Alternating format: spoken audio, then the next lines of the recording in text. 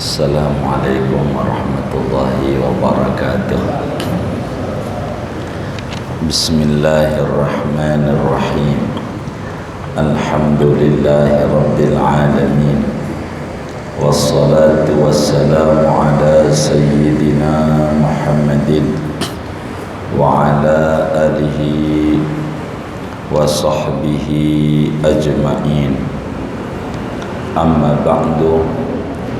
Faqad qala al-imamul mufassir rahimahullahu ta'ala wa nafa'ana bihi wa bi barakati ulumi wa ghafara lahu wa li masyaikhihi wa li masyaikhina amin. Wa in kullun lamma jami'ul ladaina muhdarun. Halaman berapa itu? 31 baris pertama. 31 baris pertama. Wa in kullun lamma jami'un ladaina muhdarun. Dan tidaklah semuanya, wa in kullun, dan tidaklah tiap-tiap satu, sungguh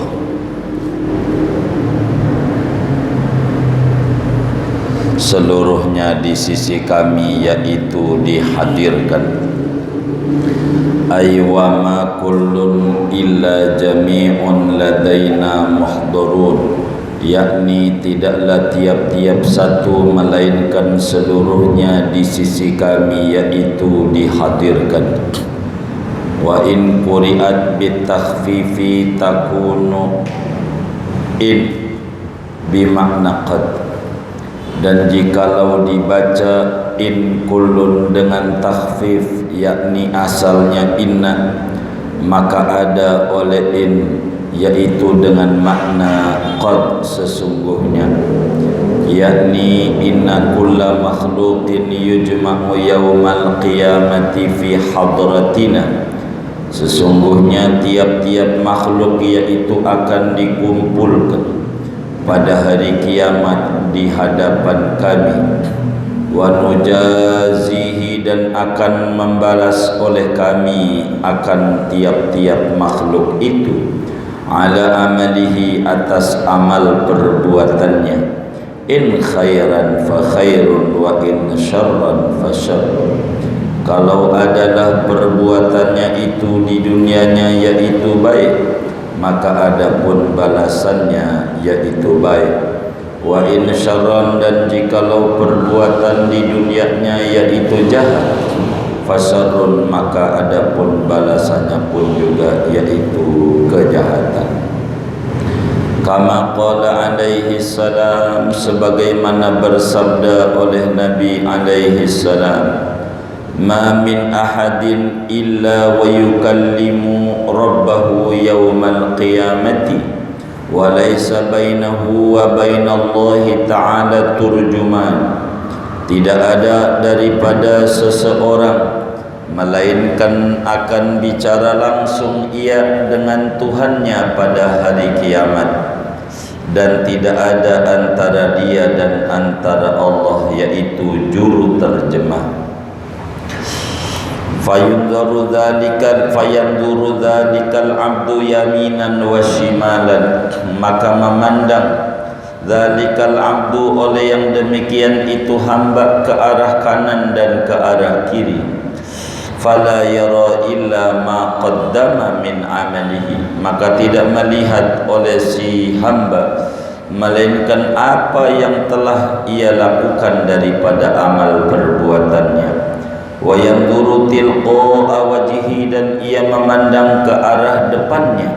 Fala yara illa an-nara, maka tidak melihat oleh si hamba melainkan akan neraka. Fa fi dzalikal waqti yus'alu an khamsati asya'a, maka pada yang demikian itu waktu ditanyalah si hamba tentang 5 perkara. Al-awwalu, adapun pertanyaan pertama, Yus'alu minhu fima afnaita umraka, ditanya daripada si hamba, fima untuk apa menghabiskan oleh engkau akan umurmu. Wasani dan kedua, fima ablaita syababaka, untuk apa kamu membusukkan, mengusangkan akan masa mudamu. Wasalisu dan adapun pertanyaan yang ketiga, min aina iktasabta malaka, dari mana mengusahakan oleh kamu akan harta bendamu. Warabi'u dan adapun yang keempat, fi ayyi syai'in sarraftahu, pada sesuatu apa mendayagunakan oleh kamu akan harta tersebut. Wal khamisu ma amilta bima alimta, dan yang kelima, apa yang kamu amalkan dengan apa yang telah kamu ketahui.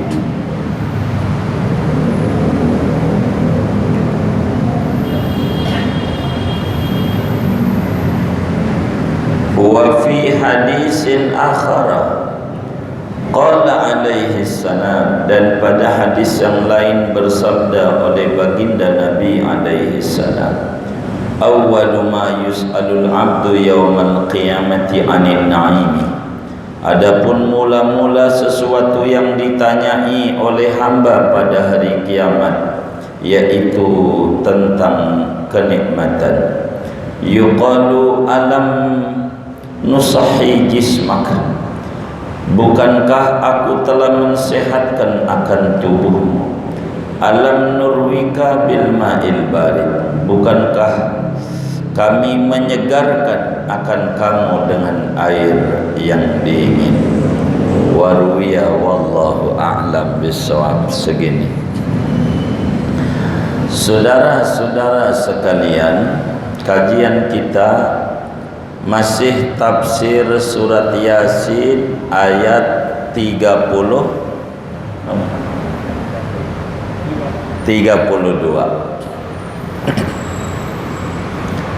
Dari 83 ayat surat Yasin ini adalah surat yang sangat luar biasa, sampai-sampai Rasulullah sallallahu alaihi wa alihi wa sahbihi wasallam bersabda, iqra'u Yasin ala mautakum, kata Nabi, bacakan surat Yasin untuk orang-orang mati di antara kamu.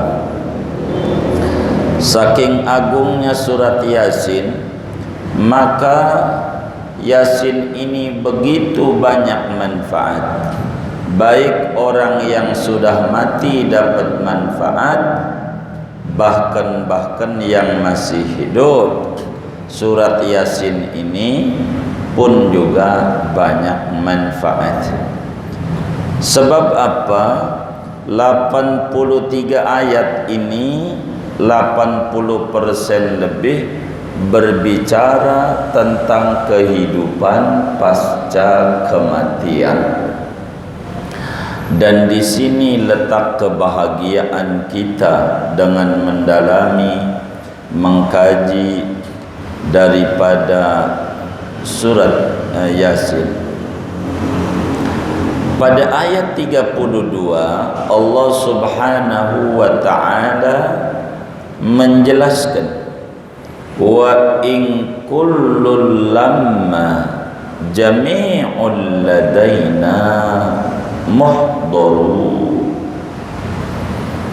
Sesudah dijelaskan bahwa manusia pada akhirnya akan dikumpulkan di akhirat untuk dihisab, untuk dimintai pertanggungjawaban dari perbuatan yang dia lakukan di alam dunia.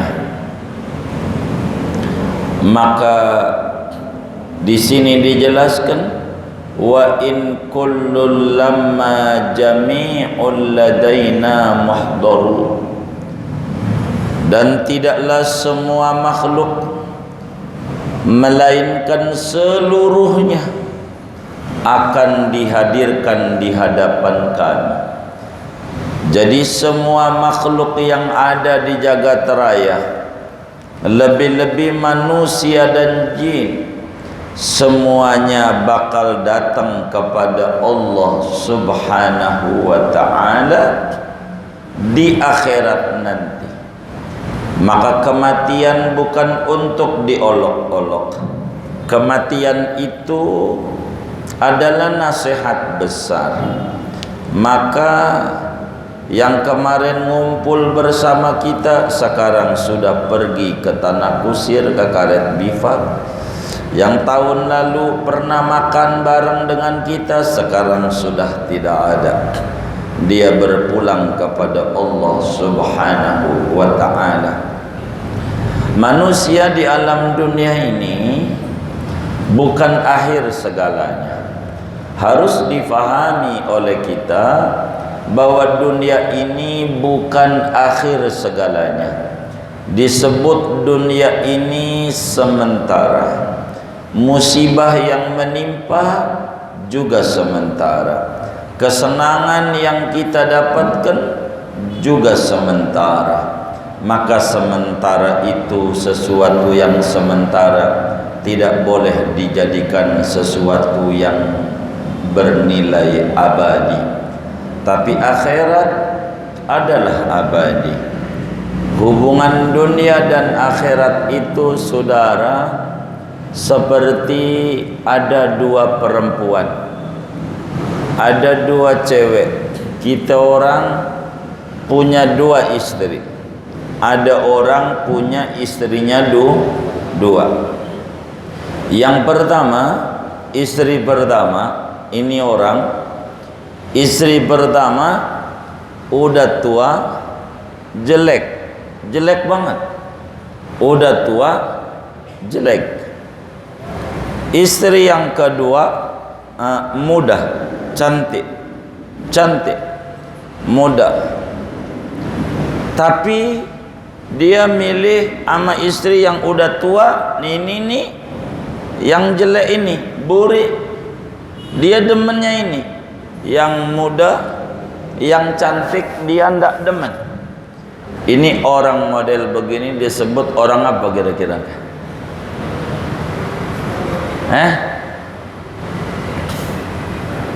Orang apa namanya? Ada orang punya dua istri. Ada yang satu tua, jelek, udah burik, ndak ada menariknya semuanya. Yang satu muda, cakep, cantik, udah luar biasa. Tapi dia pokoknya demennya sama yang tua, ini yang jelek ini. Ini orang yang model begini menurut saudara orang apa namanya? Orang enggak waras. Kenapa enggak waras? Milih yang jelek. Dunia ini kata Nabi udah tua.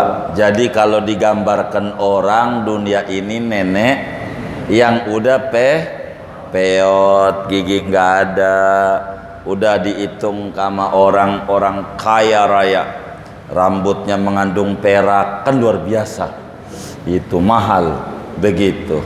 Jadi tulangnya mengandung pengapuran, kan udah luar biasa. Tapi lah dunia ini biar tua, akhirat muda. Banyak orang yang tertarik dengan dunia. Padahal wa in kullul lamma jami'ul ladaina muhdarun. Ada dua penafsiran. Pertama, sesungguhnya semua manusia akan dihadirkan di hadapanku, kata Allah. Kedua, tidaklah semua manusia, semua makhluk, melainkan keseluruhannya tanpa pengecualian akan dihadapkan, akan dihadirkan di hadapanku, kata Allah. Apa maksudnya? Maksud daripada ayat ini bahwa semua makhluk, apakah itu makhluk punya akal atau tidak punya akal. Contoh makhluk punya akal jin dan manusia. Contoh makhluk tak punya akal ayam, kambing dan seterusnya. Semua makhluk pada hari kiamat akan dikumpulkan, dihadirkan di hadapan Allah Subhanahu wa taala. Untuk apa? Wa nujazihi ala amalih, untuk dimintai pertanggungjawaban amal perbuatan selama di dunia. Dia ngontrak 60 tahun, apa hasilnya? Dia kerja 60 tahun, apa hasilnya? Dia hidup di dunia 60 tahun, apa yang telah diperbuat? Itu begitu. Akan dimintai pertanggungjawaban, sebab dunia ini mazra'atul akhirah. Dunia ini tempat bercocok tanam, panennya nanti di akhirat. Dunia ini negeri amal, balasannya nanti di akhirat. Maka manusia akan dikumpulkan kelak di akhirat, akan dikumpulkan. Untuk apa? Untuk diberikan balasan. In khairan fa khairun.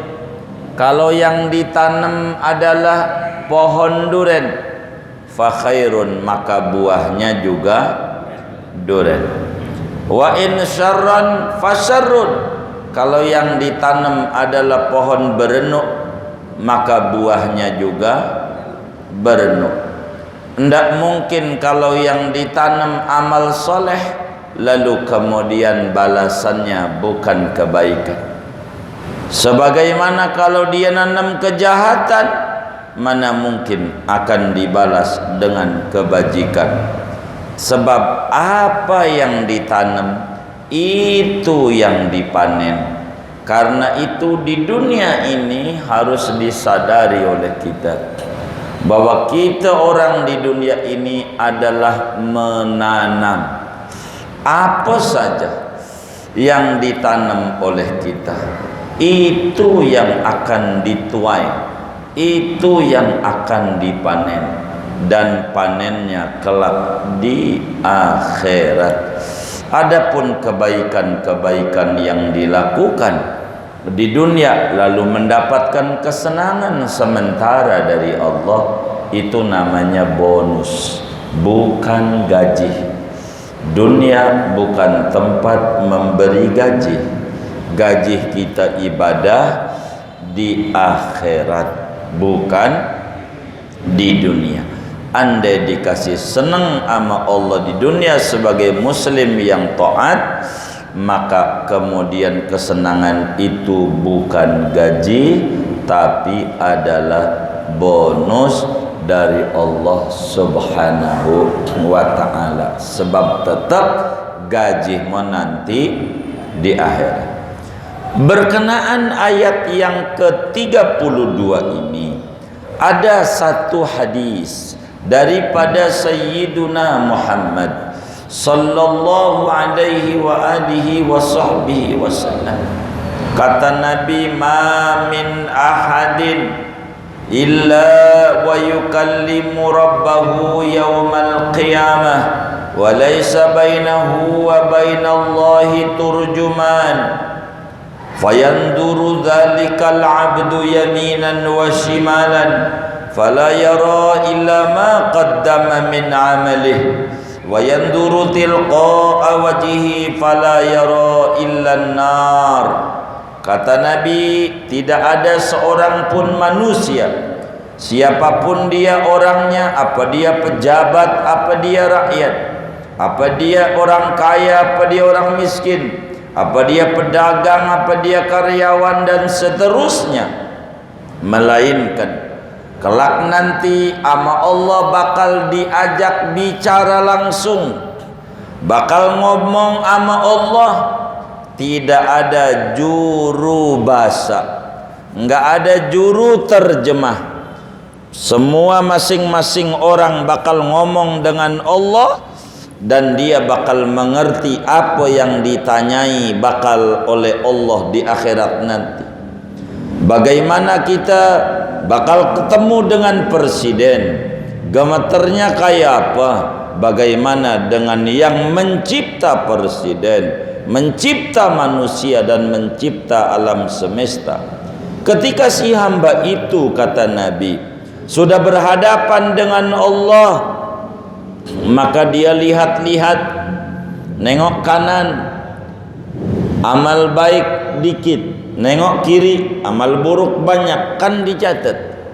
Apa saja yang dilakukan oleh kita, mau ketahuan mau tidak ketahuan, semuanya punya catatan lengkap pada malaikat raqib dan malaikat atid. Ketika dia melangkah di akhirat sesudah bangkit dari kubur, di depan yang dia lihat neraka, maju neraka, lihat kanan amal dikit, lihat kiri dosa banyak. Ini yang dia bingung nanti di akhirat, ketika dia berhadapan dengan Allah Subhanahu wa ta'ala.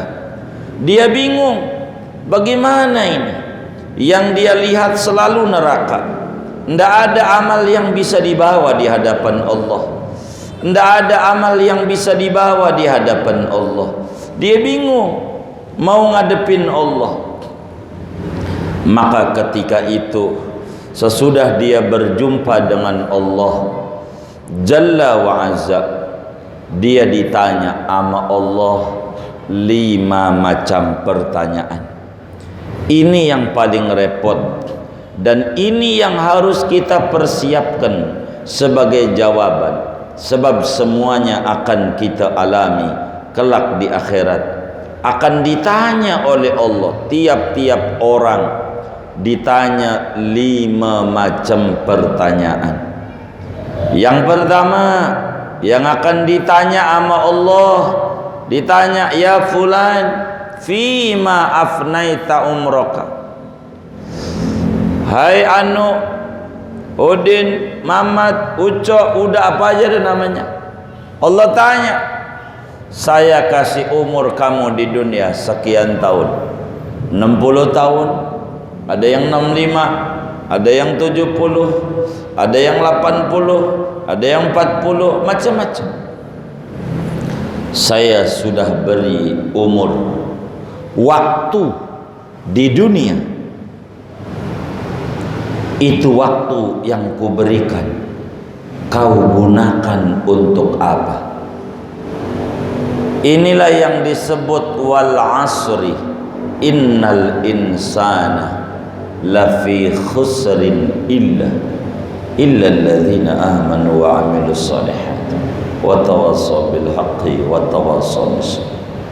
Saya kasih umur, waktu untuk izin tinggal di dunia, gitu, begitu. Jadi selama kita di dunia, untuk apa no umur kau pergunakan waktu yang ada? Ditanya. Allah sih tahu sebetulnya, Allah tahu, bukan Allah enggak tahu, tapi untuk taubih, mencela, memukul daripada orang yang ada di hadapan Allah, yang dulu di dunia lalai. Ditanya, umurmu untuk apa? Coba dilihat, untuk apa hidupmu? Ditanya sama Allah. Mata lihat Quran, apa lihat TV, apa lihat WA? Mulut apa dimaskerin dengan dia membaca-baca Al-Quran, ataukah malah dimaskerin begitu aja tapi tangannya menjelek-jelekan orang? Ini bakal ditanya, semuanya bakal ditanya. Ndak ada yang enggak ditanya. Siapa aja sama Allah. Ini umur kita. Pikirin aja yang sudah. Jangan mikirin corona yang jadi puyeng. Mikirin umur yang sudah tuh berlalu tuh. Antara amal baik sama amal buruk banyak mana dan apa yang harus dipersiapkan. Ngeri. Boleh jadi meninggal tidak dengan corona tapi meninggal dengan yang lain. Tapi amal dikit ini rugi. Maka umur kita bakal ditanya sama Allah Subhanahu wa taala, untuk apa ku beri kau hidup? Apakah di dunia hanya untuk menambah dosa demi dosa hari-hari yang ku berikan, ataukah untuk menambah pundi-pundi kebaikan sebagai bekal kamu kelak menjumpai aku? Ini pertanyaan yang sangat repot kelak di akhirat. Summa latus alunna yauma idzin anin naim. Kemudian kelak akan dimintai pertanggungjawaban pada hari kiamat itu anin naim, daripada kenikmatan umur. Ini juga nikmat. Daripada puyeng kita masih hidup, ini juga nikmat. Jangan digunakan buat mengeluh, rugi kita. Kita masih sehat, kita masih enak makan, ini nikmat dari Allah. Ditanya, digunakan untuk apa umur yang ada? Itu bakal ditanya sama Allah Subhanahu wa taala. Semuanya detil ditanyai. Umur kita ini dari tahun sekian untuk apa, tahun sekian untuk apa. Kalau tahun baru kita berpesta ria, pakai kembang api, pakai trompet, untung malaikat Israfil enggak latah. Coba kalau ikut, apa enggak mati itu semua orang? Ini bagaimana? Ini bakal ditanyai semuanya. Umur kita dari umur baligh, sejak kita baligh ditanya. Solatnya kita itu bagian pertama. Solat enggak, solatnya bagaimana, ini ditanya. Ini maka kita sebelum akhirat kita harus koreksi, ditipekin yang buruk-buruk, supaya nanti kelak di akhirat kita mendapatkan ketenangan di hadapan Allah Subhanahu wa taala. Hidup tak perlu dua kali, sekali saja asal dijalani dengan benar sudahlah cukup. Itu pertama. Yang ditanya, umurmu untuk apa? Ku berikan umurmu panjang untuk apa? Kedua, fima ablaita syababaka. Dulu badanmu keker, untuk apa kau habiskan masa mudamu? Masa mudamu untuk apa? Apakah digunakan masih kuat, masih muda untuk kebaikan? Maka tuamu keuntungan. Jadi kalau kita masih masa muda diisi dengan yang baik-baik, seumpama kita waktu masih muda baca Quran berapa? Sejuz lah sehari, masa muda. Sekarang udah tua, baca seain aja udah lelah, badan udah payah, seain doang.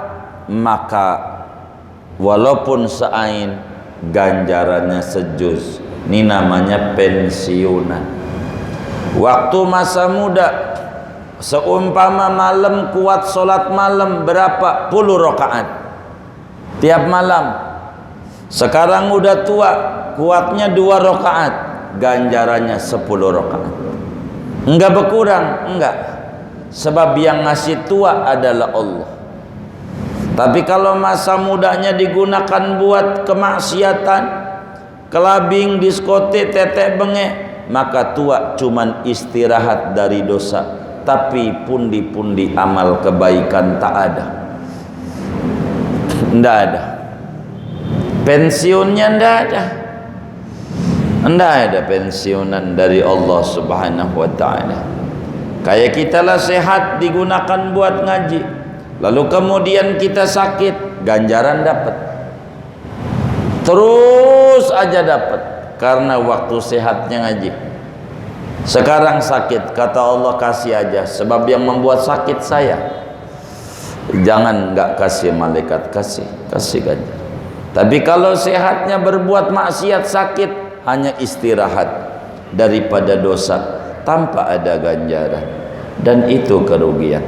Akan ditanya, mudahmu untuk apa? Untuk apa? Ini yang harus kemudian kita pikirkan. Begitu tuh. Maka kita orang tidak ada lain. Kita orang yang udah senja banyak beristighfar, banyak kita taubat kepada Allah Subhanahu wa ta'ala. Sebablah bahaya, berapa banyak orang yang masa mudanya digunakan untuk hura-hura, masa di mana dia masih keker-kekernya badan, tapilah dia tidak digunakan untuk kebaikan. Waktu masih muda ditanya diajak ngaji tak mau, pas udah tua tak mau juga. Mau apa hidup kita? Ketiga, akan ditanya sama Allah, min aina iktasabta malak, hartamu ada berapa? Akan ditanya sama Allah, hartamu ada berapa? Ditanya tuh harta-harta kita, sampai baju-baju kita ditanya, punya berapa baju? Sama Allah ada sekian, mana yang dipakai ibadah, mana yang dipakai jalan-jalan doang. Bakal ditanya. Ini repot, daripada bakal ditanya baju yang masih ada bagi sama orang, agar supaya kita nggak banyak ditanya dan dapat ganjaran dari yang dibagi. Ini bakal ditanya kita, duit kita dari mana sumbernya? Ditanya. Bukan PPATK doang yang nanya duit, begitu. Bukan otoritas jasa keuangan doang yang nanya sumber-sumber duit. Bukan KPK doang, Allah yang akan nanya. Dari mana ini sumbernya? Apa halal, apa haram? Apakah dapat menipu? Apakah hasil usaha? Ini apa dari warisan? Ditanya. Ini harta saya dari warisan ya Allah. Bapa saya alhamdulillah punya tanah banyak. Akhirnya saya yang menikmati, bapa saya mau kagak. Baik. Yang keempat bakal ditanya, fi ayyin saraftahu, kemana harta itu yang warisan dari bapakmu? Apakah untuk berbuat baik atas nama bapakmu, ataukah untuk kesenang-senangan kamu saja? Dianggap oleh kamu harta dapat nemu, lalu kamu selagu-lagunya tidak ada tanggung jawabnya. Apa enggak baca sumalatus aluna yauma idin anin naim? Apa enggak baca wa in kullul lamma jami'un ladaina muhdarun? Ini bakal ditanya.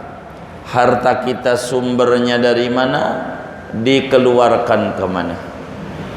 Ini semuanya bakal ditanya. Bakal ditanya. Sampai kuota, tahu kuota? Kuota internet. Ini buat apaan? Apakah buat nyela-nyela orang? Apakah buat menebar kebaikan? Ini ditanya. Ditanya. Apa aja itu? Ditanya. Apakah buat menebar hoak atau mengajak orang untuk berbuat kebajikan? Ini apa aja bakal ditanya sama Allah. Harta kita, tidak ada yang luput, barang seperak ditanya. Dan nanyanya bukan sekedar nanya. Kita punya apa? Handphone. Ditanya. Ini handphone dari mana? Harta kita handphone doang. Umpama, ini dari mana duitnya? Saya habis nebangin kayu. Jadi karena saya ini usahanya nebangin kayu, jadi saya ini handphone dari hasil nebangin kayu. Ditanya, nebangin kayunya bener apa enggak? Dari jam berapa sampai jam berapa? Motongnya sama apa kagak? Itu baru 1 biji yang kita bakal ditanyai sama Allah. Sumbernya udah beres, sumber balik. Ini digunakan untuk apa? Untuk apa? Apa moto-moto temennya yang lagi ngorok buat di ini yang kagak-kagak? Atau untuk apa ini? Ditanyain semuanya. Harta kita nggak ada yang nggak ditanya. Apa aja ditanya sama Allah Subhanahu wa ta'ala. Dari mana datangnya dan kemana dipergunakannya. Ini ditanya. Nanti di akhirat semua orang akan ditanya. Yang kelima akan ditanya, ma amilta bima alimta. Apa yang telah kamu amalkan daripada pengetahuan yang kamu dapatkan. Kamu ngajimu bagaimana? Dari hasil ngaji, apakah kita ngaji bisa ngajak orang untuk datang ke majelis ilmu, atau kita ngaji membuat orang jadi benci sama majelis ilmu? Bagaimana kita ditanya ilmu kita, sholat apa enggak, puasa apa enggak, zakat enggak kalau kita punya harta, haji enggak kalau kita udah mampu. Muanya ini akan ditanyai sama Allah Subhanahu wa ta'ala. Dan ini yang orang goyang sebelum sirat, sebelum jembatan. Tapi bila orang itu di dunia gemar baca sholawat kepada Rasulullah sallallahu alaihi wasallam, maka sholawat itu akan memberatkan timbangan amal manakala dia merasa banyak kekurangan amal. Inilah yang disebut syafaat yang istimewa dari Rasulullah sallallahu alaihi wasallam. Ketika timbangan amal baiknya miring, enteng, beratan amal buruk, bila dia gemar bersolawat kepada Rasulullah sallallahu alaihi wasallam, maka solawat yang dibaca akan memberatkan daripada timbangan amal kebaikannya, sehingga mengungguli daripada amal buruknya. Ini kelak kita di akhirat, semua kita bakal ngadep sama Allah. Maka mumpung kita masih hidup, dirapihin. Hidup ini berbenah. Kita harus banyak konsen mendandani kita, supaya kita ini selamat di akhirat. Kita enggak ditanya tentang perbuatan yang dilakukan oleh orang lain.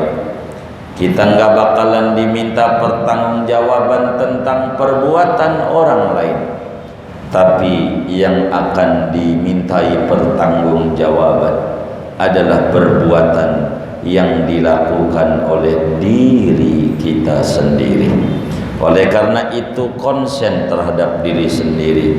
Kata Sayyidina Umar bin Khattab radhiyallahu an, hasibu anfusakum qabla an tuhasabu. Kata Sayyidina Umar bin Khattab, periksa diri sebelum nanti Allah yang bakal mereksa, bakal jadi ribet. Mumpung di dunia dikoreksi, yang salah dibenerin, yang miring dilurusin, yang jelek diganti dengan yang bagus. Tapi lah kalau sudah di akhirat, sudahlah tak ada semuanya. karena yang ada ma qaddama min amali, yang ada adalah hasil dari amal perbuatan yang dilakukan oleh kita. Maka masing-masing orang di dunia harus dia memikirkan apa yang bakal dia jawab sama Allah kelak di akhirat ketika ditanya daripada perbuatannya. Ini yang harus ditanya, yang harus dipikirkan oleh kita. Bahkan di dalam hadis yang lain Rasulullah sallallahu alaihi wasallam bersabda, awwalu ma yus'alul 'abdu yaumal qiyamati 'anin na'im. Kata Nabi, mula-mula yang bakal ditanyai pada hari kiamat yaitu tentang kenikmatan. Itulah yang disebut summa latus'alunna yauma idzin 'anin na'im. Alhaakumut takatsur hatta zurtumul maqabir. Melalaikan kamu oleh menumpuk-numpuk mencari-cari harta supaya banyak, sampai kamu akhirnya datang di lubang kubur baru sadar asal harta tidak begitu, tapi kudu membawa yang benar pun akan dihisab sama Allah. Halaluhu hisab wa haramuhu iqab. Yang halalnya akan diperiksa sama Allah, yang haramnya udah pasti bakal disiksa sama Allah subhanahu wa ta'ala. Summa latus'alunna yawma idzin 'anin na'im. Yang pertama kali ditanyai oleh Allah subhanahu wa ta'ala di hari kiamat tentang kenikmatan. Dan ini yang repot, ketika ditanyai tentang kenikmatan itu payah. Sebab ketika ditanya tentang naim, berarti bakal ditanya tentang suapan-suapan makanan yang kita makan. Makan pakai tempe, ente sholat duha kuat 2 rakaat. Hari ini ku beri dengan ayam, ente bagaimana? Makan ente nasi sama kerupuk, kuat baca Quran seain. Sekarang nasi sama kerupuk sama soto Betawi. Apa yang dilakukan? Itu makanan kita yang kita makan nih, ditanyai untuk apa? Alam nusahi jismak, bukankah badanmu ku beri sehat? Makananmu bergizi dibanding orang-orang. Ini kesehatanmu untuk apa? Ini gizi yang kamu jaga benar ini supaya stabil berat tubuhnya untuk apa? Ku beri minum, kau hilang dahaganya, saya kasih minum air putih, kamu kuat untuk baca Quran. Sekarang air putih dicampur kopi sama gula yang panas, ngopi. Ini untuk apa? Apakah kopi biar melek ngobrol-ngobrol? Gitu, ngopi mulu kerjaannya kongres, kongko ora beres. Ini kagak-kagak. Ngopi di tempat ngopi begitu diajak keratiban 11 saja 11. Ini mata ngantuk. Badan juga ada haknya. Jangan banyak-banyak. Baik kata yang mimpin, udah selesai ratiban mengobrol sampai jam 3 kuat. Begitu. Ini bakal ditanya, untuk apa ini? Ya Allah, ya Rabbana ya Karim. Tuh, makanan setiap makan tiap hari bakal ditanya, digunakan buat apa nih makan? Buat kerja ya Allah. Di mana kerjamu? Di kantor. Jam berapa kerja? Jam berapa? Nggak ada bos, main-main aja. Ini bakal ditanya semuanya.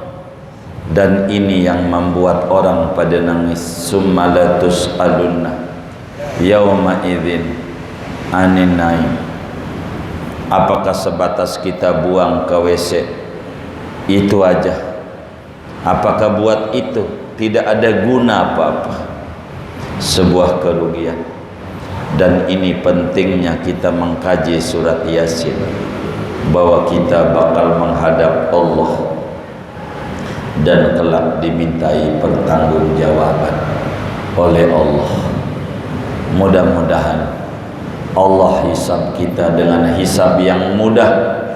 Mudah-mudahan dengan kita duduk-duduk di majelis ilmu, Allah periksa amal kita seperti mereksanya amal orang-orang yang dicintai oleh Allah. Keburukannya tak dipandang, namun kebaikannya yang dilihat-lihat. Mudah-mudahan jangan sampai kebaikan-kebaikan kita dianggap seperti kebaikan orang yang dibenci oleh Allah. Jangankan kebaikan, keburukan kebaikannya pun tak punya nilai karena mendapat murka dari Allah. Mudah-mudahan umur kita yang tersisa Allah beri kita taufik dan hidayah, mampu untuk menjaganya, mengisinya dengan amal-amal yang baik. Di sisa-sisa umur kita, kita gemar bersolawat kepada Nabi Muhammad. Di sisa-sisa umur kita, kita demen untuk memuji Nabi Muhammad. Dengan itu kita moga mendapatkan syafaat ketika kita menghadapi Allah dengan pertanyaan yang bukan ringan, tapi pertanyaan berat. Umur untuk apa? Masa muda untuk apa? Sehat untuk apa? Hartamu untuk apa? Digunakan kemana? Dari mana sumbernya? Pengetahuan yang kau ketahui tentang Islam sudah sejauh mana? Ini pertanyaan-pertanyaan yang berat. Allahumma hasibna hisaban yasira. Allahumma hasibna hisaban yasira. Ya Allah, moga-moga kau periksa kami dengan diperiksa yang mudah, tidak berbelit, tidak sulit, dan kita dikelak dimasukkan dalam surganya Allah Subhanahu